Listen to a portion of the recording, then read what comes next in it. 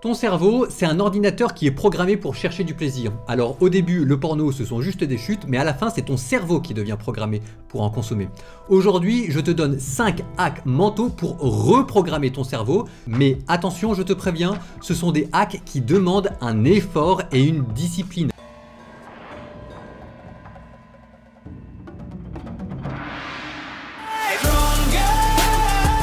Dans cette vidéo, ce n'est pas le chemin de la facilité que je vais te montrer. Si tu veux des techniques magiques qui te feront simplement croire que tu vas y arriver, passe ton chemin, il y a déjà plein de vidéos sur internet pour ça. Mais si tu es prêt à payer de ta personne parce que tu en as vraiment marre du porno, alors oui, cette vidéo est faite pour toi. Le premier hack, ce sont les filtres internet. Tout le monde les connaît, sauf que tout le monde les utilise comme des gendarmes et ça ne marche pas, alors que moi je vais t'apprendre à l'utiliser comme un outil pour manipuler ton cerveau.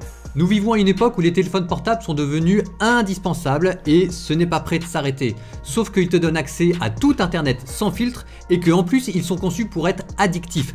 Donc si tu ne maîtrises pas ton téléphone portable, il va devenir une bombe à retardement qui va prendre petit à petit le contrôle de ton cerveau. Il va y avoir du TikTok partout et du porno en duty free.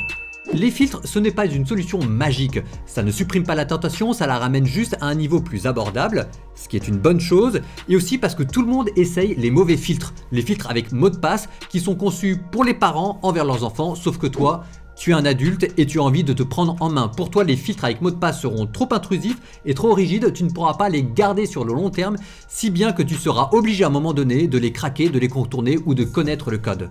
Mais pas de panique, j'ai la solution. Parce qu'il y a un deuxième type de filtres qui sont eux beaucoup plus souples et beaucoup plus responsabilisants mais que tu n'as probablement jamais essayé. Ce sont les filtres avec délai, des filtres intelligents qui simplement vont t'imposer un temps de délai et de patience avant que tu puisses les désactiver et craquer. Par exemple, imagine que tu veuilles accéder à du contenu pornographique en ligne. À ce moment-là, une notification t'apparaît sur ton téléphone qui te dit de patienter pendant 1 heure, 2 heures ou bien même 24 heures. C'est toi qui choisis. Et pendant ce temps-là, tu as le temps de prendre sur toi, de réfléchir à ce que tu veux faire, de savoir si tu veux vraiment craquer. Ça permet de laisser passer la première vague de tentation. Mais comme c'est toi qui choisis si tu dois patienter 1 heure, 2 heures ou 24 heures, c'est à la fois moins intrusif et plus souple et c'est plus responsabilisant. Et c'est là où tu vas hacker ton cerveau et lui donner l'impression à nouveau d'être le maître à bord et non plus d'être contrôlé par ton téléphone, mais toi de le contrôler. Parce que ça t'oblige à faire des choix conscients, beaucoup plus responsabilisants. Voici maintenant les 3 filtres que je recommande. Stay Focus, Detoxify et Bulldog Blocker. Et si tu dois payer 5 € par mois pour retrouver le contrôle de ta vie, crois-moi, c'est pas cher payé. Moi j'utilise Bulldog Blocker pour filtrer le contenu et j'utilise Stay Focus pour me donner une limite de temps dans la journée. Et ça marche, mon téléphone est redevenu cet instrument génial qui a arrêté de m'aspirer dans le néant de TikTok. Deuxième petit hack de manipulation cérébrale pour arrêter le porno. Mentalement apprendre à cloisonner les espaces de vie pour pirater son cerveau et reprendre la maîtrise de sa vie. Ça t'intrigue? Et pourtant, ça marche. Alors reste avec moi. Du coup, le premier lieu où tu vas mettre un red flag pour cloisonner mentalement tout ça, c'est ta chambre. Mais dans ta tête, ta chambre, ça doit être un sanctuaire. Il n'y a pas d'écran, il n'y a pas d'internet, en tout cas pas en soirée à l'intérieur. C'est un endroit safe. Et parce que tout le monde a internet dans sa chambre, pour t'aider à en reprendre mentalement possession, je te donne un petit hack.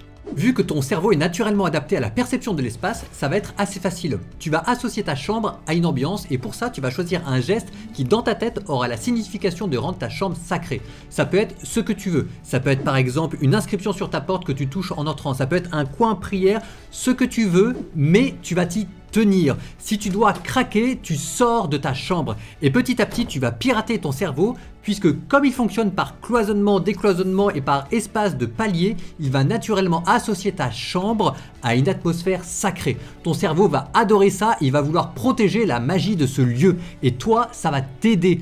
Quand tu rentreras dans ta chambre, tu te sentiras naturellement en sécurité. Maintenant, on plonge dans les méandres de la neuroscience pour apprendre à manipuler son propre cerveau. Un mécanisme neuronal central en nous est le système de récompense-punition. Ce système est programmé dans notre cerveau, notamment à travers l'usage de neurotransmetteurs tels que la dopamine et le cortisol. Nous, on va utiliser cela pour neutraliser et briser la dépendance au porno.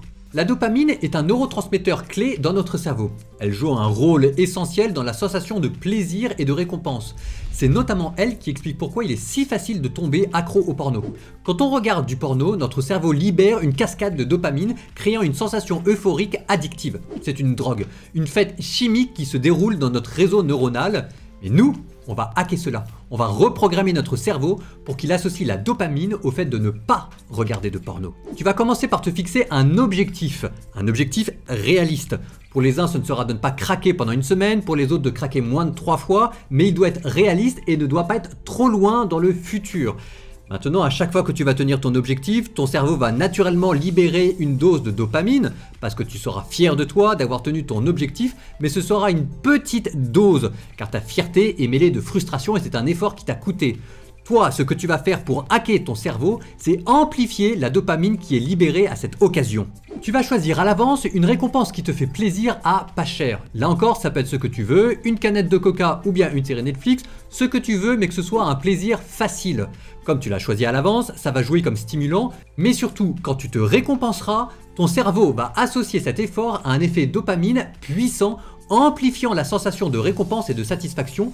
Bref, tu vas créer une habitude de effort-récompense qui va hacker le cycle normal de porno-dopamine. Je t'ai parlé de la dopamine, je te parle maintenant du cortisol. Le cortisol, c'est la même chose, mais à l'envers. C'est l'hormone du stress produit par notre organisme en réponse à des situations angoissantes. Lorsque nous échouons à atteindre nos objectifs, par exemple, notre niveau de cortisol augmente, générant un sentiment de stress et de frustration. Et c'est encore à cause de cela qu'on consomme du porno, pour stopper la sensation de stress en libérant de la dopamine. Mais à nouveau, tu vas hacker ce mécanisme en reprogrammant le cycle habituel de la punition. Tu vas te fixer des punitions à l'avance pour toutes les fois où tu ne tiens pas tes objectifs. Je te rappelle que tes objectifs doivent être réalistes, pas trop éloignés dans le temps, et de la même manière, tes punitions doivent être faciles à mettre en place et tu dois les sentir passer, sinon cela ne marchera pas. Moi par exemple, je jeûne. Je jeûne parce que c'est facile à mettre en place, que l'évangile dit que c'est puissant, que ça marche et le recommande. Et au niveau du cerveau, c'est simple. On a péché avec le corps, on répare avec le corps. Bref, avec ce petit système-là, tu vas réapprendre à ton cerveau à ce qu'il associe le porno non pas à la dopamine, mais au cortisol.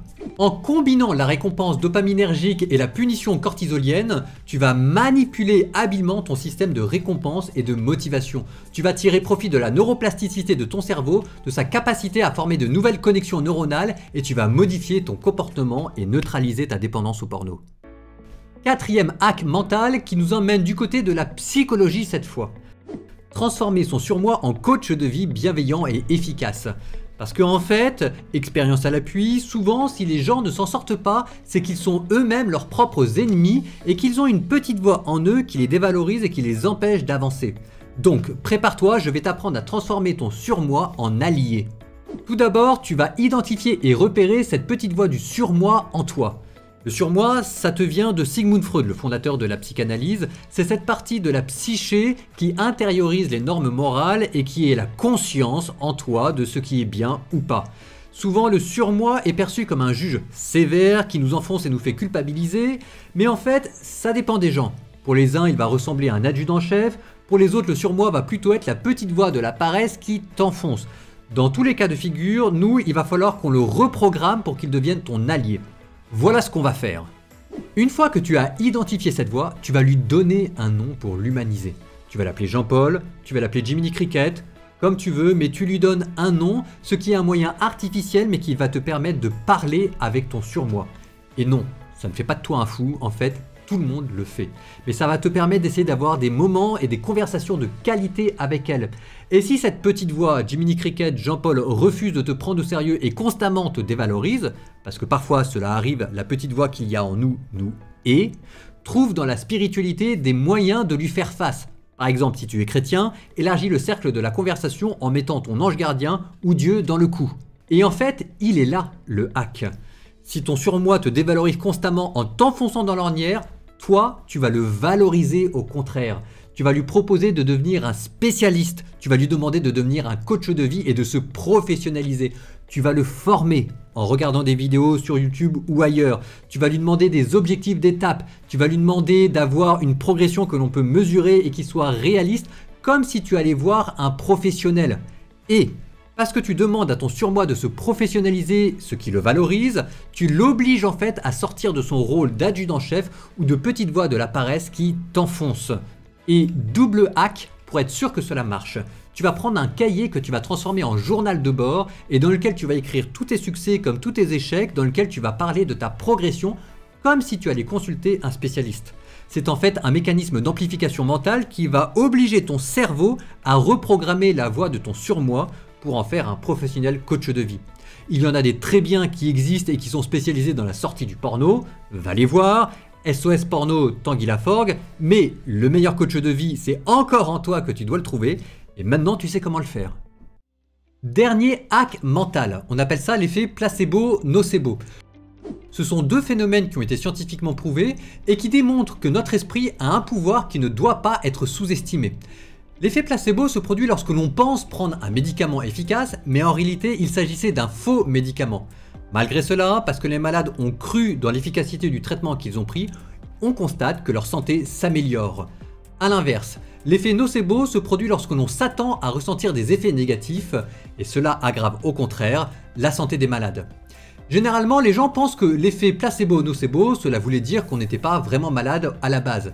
Mais pas du tout, cela veut dire en fait que notre esprit a une puissance qui ne doit pas être sous-estimée. Déjà, on va commencer par nettoyer ton cerveau de tout ce qui peut l'affaiblir, de toutes les compromissions qui, dans ta tête, agissent comme des nocebos et qui affaiblissent la puissance de ton mental. Donc, plutôt que de te dire « c'est au-delà de mes forces, je ne vais pas y arriver », tu mets ça de côté. Ou bien encore les erreurs scientifiques de type « il faut bien se masturber de temps en temps sinon on risque d'avoir un cancer de la prostate », ce qui est une sombre idiotie, je te renvoie à ma vidéo sur la masturbation, on l'enlève. Ou bien encore les compromissions de type « c'est pas si grave de consommer du porno de temps en temps », on l'enlève aussi dans ta tête, ça doit être clair, il ne doit pas y avoir de compromission. Et quand tu auras enlevé tous ces nocebos, déjà ton esprit va devenir plus puissant. Deuxième étape, tu vas chercher des placebos, des choses qui ont le pouvoir de rendre ton esprit plus fort. Tu vas choisir un idéal de vie et par la méditation, tu vas le contempler. Des études ont montré que la visualisation mentale régulière d'un idéal de vie augmentait les chances de résister aux tentations. Maintenant, dernière partie du hack. Tu vas chercher dans une religion de quoi fortifier ce phénomène. Si tu n'as pas de religion, c'est peut-être le moment d'en choisir une.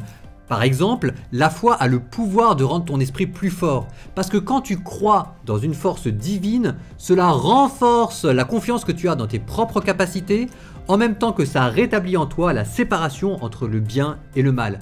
Et tout ce qui est de l'ordre du nocebo, les chutes, les compromis qui affaiblissent ton esprit, tu t'en débarrasses dans la confession, ça appartient au passé. Au contraire, tout ce qui est de l'ordre du placebo, tu vas le chercher dans la prière, dans la méditation, de l'évangile et de la pureté, dans la messe, dans la communion, et tu vas utiliser la religion pour redonner à ton esprit toute sa puissance. Et d'une certaine manière, la religion n'attend que ça, elle est faite pour ça. Alors maintenant, lance-toi dans cette aventure de hacking cérébral et dis adieu à la dépendance au porno. Tu mérites une vie plus épanouissante et des relations saines. Moi je suis là pour te soutenir tout au long de son chemin, tu sais que je prie pour toi et que tu peux compter sur moi. On est une communauté et ensemble, on peut y arriver. N'oublie pas de liker et de t'abonner pour avoir plus de conseils et de soutien. On se retrouve bientôt pour de nouvelles techniques pour avoir une vie en marche vers le ciel. D'ici là, prends soin de toi, l'amour vaincra.